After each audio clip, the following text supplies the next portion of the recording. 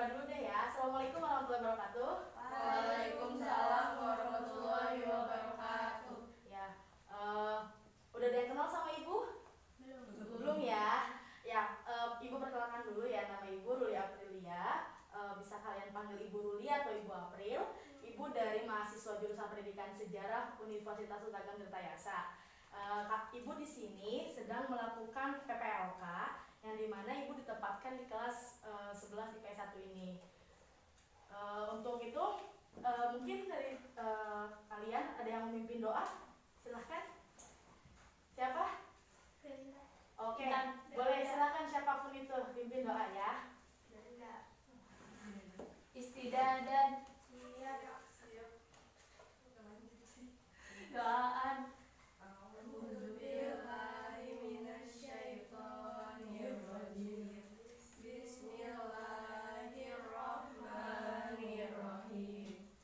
Amin. Ya, makasih. Oke, ibu kan di sini baru pertama kali ngajar. Ibu nggak tahu siapa sama kalian. Maka ada pepatah yang mengatakan tak kenal maka tak tahu, ya kan? Oke, ibu absen dulu. Dava ada? Oh, nggak ada, nggak hadir. Kenapa dia? Oh, sakit. Oke, ya. Sakit. Deva? Izin. Oh, Deva izin. Oke. Devita? Izin. Intan. Intan hadir. Oh, kamu namanya Intan ya? Oh, Intan, ya. Sandra hadir. Kamu namanya Sandra. Tadi Intan, ini Sandra. Dias? Hadir. Oh ya, Dias hadir. Oke, jadi Intan, Sandra, Dias. Delinda? Hadir. Oke. Ruli? Nggak ada. Kemana dia? Apa? Nggak ada keterangan? Oh iya. Yaudah, nanti kalau yang untuk yang tidak hadir kasih tahu ya hari ini belajar apa. Oke, sebelumnya ibu mau tanya, kemarin kalian sudah belajar apa ya sama ibu Mumu sebelumnya? Tentang makna Sumpah Pemuda. Sumpah Pemuda. Oke, sekarang ada yang tahu mau belajar apa? Enggak ya, nggak tahu. Oke, ibu kasih tahu. Sekarang akan mempelajari organisasi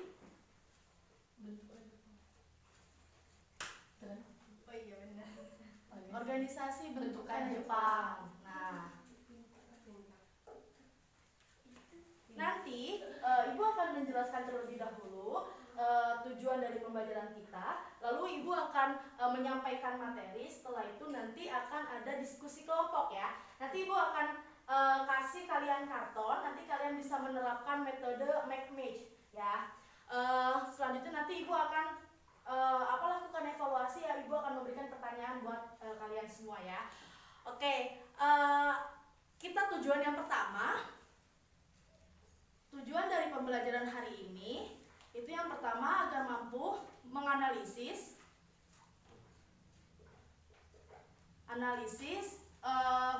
mengenai organisasi Jepang. Ya. Nanti biar kalian bisa menganalisisnya dengan mudah. Lalu yang kedua, kenapa kita harus mempelajari organisasi bentukan Jepang? Biar kalian mampu paham terhadap klasifikasi atau kategori dari organisasi Jepang. Terakhir, nanti kalian, ibu tugaskan untuk membuat vlog cerita tentang organisasi bentukan Jepang ya. Ada yang tahu sebelumnya organisasi bentukan Jepang itu ada apa aja? Silakan, ada yang tahu? Acungkan tangan. Ada yang tahu? Bisik-bisik nih. Oke, ibu kasih tahu ya. Pertama, organisasi bentukan Jepang itu ada gerakan Senendan, Keibondan, tadi Fujinkai. Lalu ada yang militernya, organisasi militer. Nah, baru nih kalau organisasi militer tuh dia dilatihnya itu berdasarkan pendidikan militer, yaitu seperti ada Heiho. heiho ya, bukan hai hai. Heiho. Nah, heiho ini merupakan apa ya, pasukan yang dimana membantu pasukan Jepang untuk berperang. Nah, heiho ini dia punya klasifikasi anggotanya itu yang berusia 18 tahun sampai 25 tahun, namun yang sudah mendapatkan pelatihan kemiliteran. Nah, heiho ini dibentuk dengan tujuan untuk membantu atau membangun apa ya, benteng-benteng pertahanan dan juga membantu pasukan Jepang melawan ketika pada saat perang. Lalu ada yang disebut dengan peta. Tahu peta? Peta tuh yang itu, yang gambar. Oh bukan itu, bukan peta itu ya. Peta ini adalah organisasi militer Jepang yang dimana para anggotanya, para pemimpinnya itu berasal dari kalangan tokoh-tokoh nasional Indonesia. Nah, peta ini pada organisasi peta ini sudah mulai dikenal dengan jabatan Daidanko ya, atau Daidancho. Daidanko ini adalah komandan batalion. Lalu ada Chudanko. Chudanko ini ada komandan apa sih namanya? Kompi. Terus ada Sudancho atau Sudanko. Sudanko ini ada komandan peleton, dan juga ada Budanko, komandan regu, dan Gyuhei, prajurit sukarela. Ya itu tadi bisa sebutkan apa aja dari mulai yang pertama organisasi sosial masyarakat. Ini yang tadi itu gerakan 3A. Terus apa namanya? Putra, Miyai dan Masyumi. ya Masyumi. Terus apa namanya? Semi militer. ya semi militer ada Senendan, Seinendan, dan Fujinke ya. Lalu yang militer ada Heiho, peta ya, bukan peta. Ya, itu. Jadi ini adalah salah satu organisasi bentukan Jepang yang diklasifikasikan 3 kelas. Ada yang bersifat sosial kemasyarakatan, bersifat semi militer, dan bersifat militer.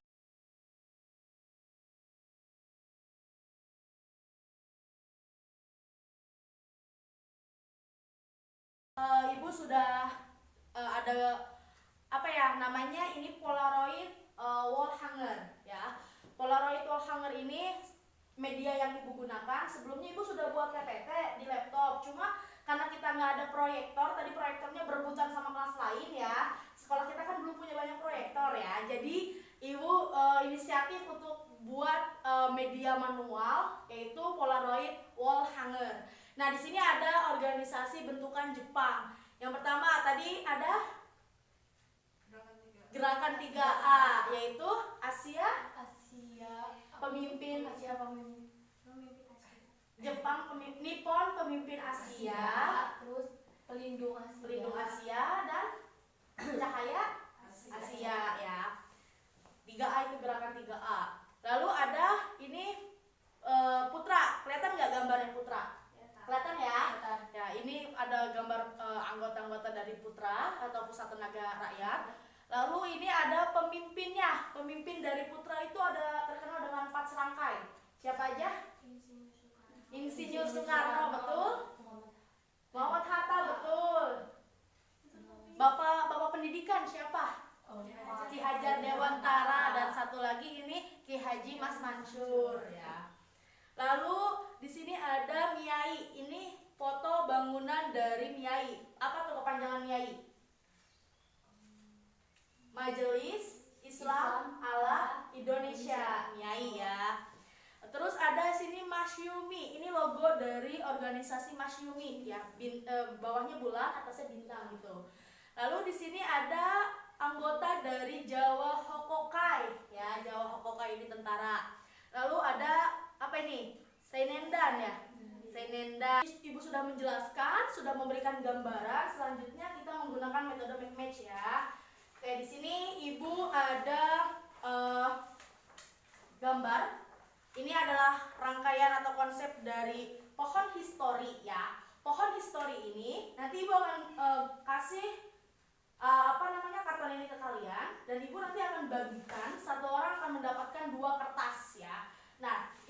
bagikan kertas tersebut yang berisi satu kertas pertanyaan dan satu kertas jawaban. Ibu akan memberikannya secara acak. Ya.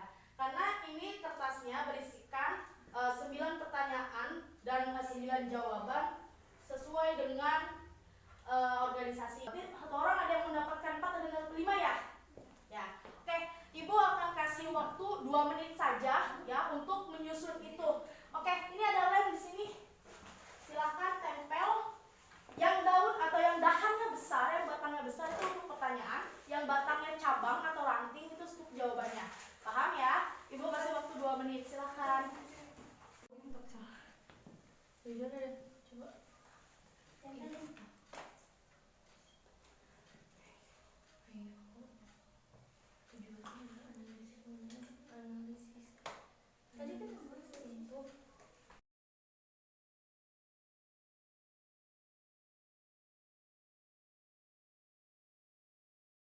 tadi waktunya sudah cukup habis ya, sudah 2 menit. Kalian good job bisa menuntaskan metode match dengan kompak ya. Oke, selanjutnya Ibu minta satu perwakilan aja untuk menyampaikan, menjelaskan apa yang tadi kalian buat ya. Silakan, siapa yang mau? Oke, Delinda, silakan. Ini ketua kelasnya ya. Oke, silakan Delinda di sini tunjukkan ya. Ini di batang pertama ada pertanyaan. 3 semboyan dari gerakan 3A, yaitu Nippon Cahaya Asia, Nippon Pelindung Asia, dan Nippon Pemimpin Asia. Ya, kasih tepuk tangannya untuk tadi Delinda yang sudah menyampaikan. Silakan. Oke, bagus ya, kalian sudah mampu menjalankan metodenya, kalian juga sudah mampu menjelaskan di depan. Oke, tadi Ibu sudah menyampaikan materi terkait organisasi bentukan Jepang, sudah memberikan gambaran terkait organisasi bentukan Jepang. Selanjutnya sebagai bahan evaluasi dan sekaligus penutup, Ibu ada 3 pertanyaan. Satu pertanyaan hanya bisa dijawab oleh 1 orang. Yang bisa menjawab silakan acungkan tangan ya. Di sini Ibu akan bacakan soalnya.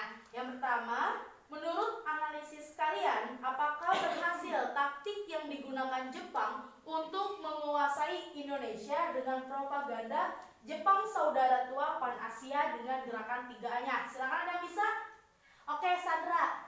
Dengan adanya taktik gerakan 3A ini ternyata berhasil digunakan oleh Jepang Oke. untuk menarik simpati rakyat Indonesia. Betul. Karena rakyat Indonesia yang sudah merasa lelah dengan penjajahan kolonialisme, Ya, memandang bahwa kedatangan Jepang akan membebaskan penjajahan asing di Asia. betul. Namun setelah rakyat Indonesia mengetahui maksud kedatangan Jepang yang sebenarnya, maka simpati rakyat Indonesia pun berkurang sehingga gerakan 3A ini akhirnya dibubarkan. Oke, betul. Tepuk tangan untuk Sandra ya. Bagus. Oke, selanjutnya pertanyaan kedua. Menurut analisis kalian, bagaimanakah perkembangan organisasi Seinendan dari mulai dibentuknya hingga dibubarkannya? Ada yang bisa jawab? Oke, Intan, silakan. Seinendan, Korps Pemuda adalah Ya. organisasi para pemuda yang berusia 14 sampai 22 tahun. Pada awalnya anggota Seinendan 3.500 orang pemuda dari seluruh Jawa. Pada tanggal 29 April 1943, Betul. secara resmi berdirinya 2 organisasi pemuda Iya. ini, pemuda yang diberi nama Seinendan dan Keibondan, Iya. Marwati, Jejonet, Posponegoro. Oke, itu menurut pernyataan dari bukunya Marwati yang berjudul Sejarah Nasional Indonesia. Nih, Ibu bawa bukunya ya, buku tebal ya. Nah, ini penulisnya itu ada Marwati, Joinet Posponegoro, dan Nugroho Noto Susanto. Dia menerbitkan 6 jilid, ada jilid 1, 2, 3, dan ini jilid yang ke-6. Ini yang Ibu pakai ya. Nanti kalian selain kalian pakai buku paket, buku LKS, bisa kalian baca-baca ini ya. Oke, selanjutnya pertanyaan terakhir ya. Menurut analisis kalian, apa yang menjadi alasan Jepang begitu semangat untuk membentuk organisasi militer di Indonesia? Ada yang bisa?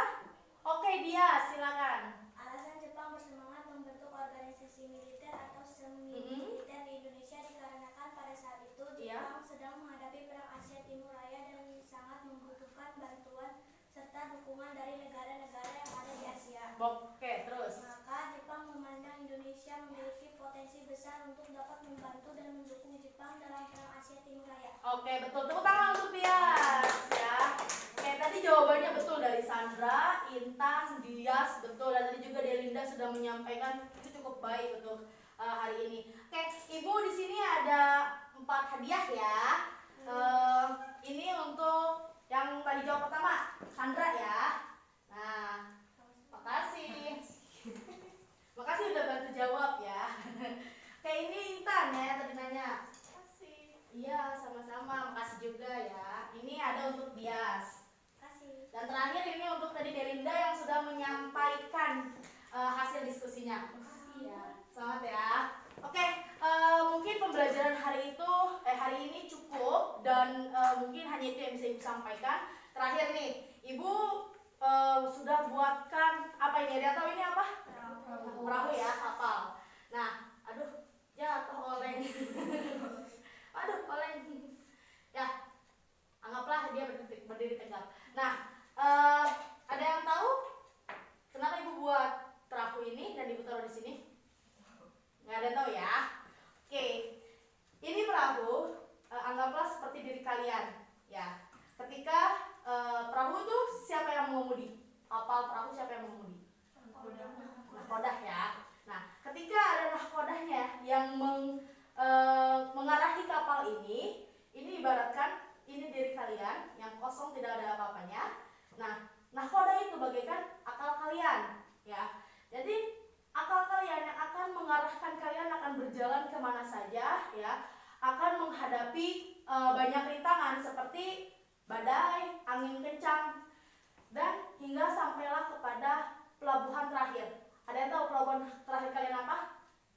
Cita-cita kalian ya. Ibu mau tanya di sini cita-citanya apa aja? Coba dari Intan, apa aja cita-citanya? Saya dokter. Dokter, bagus ya. Delinda?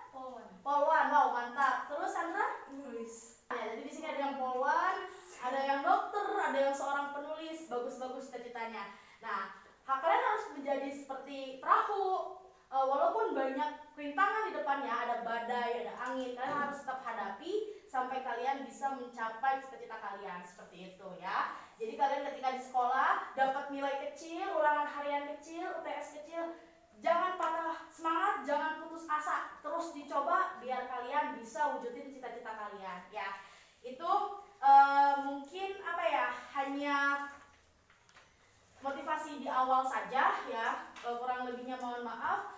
Assalamualaikum warahmatullahi wabarakatuh. Ya.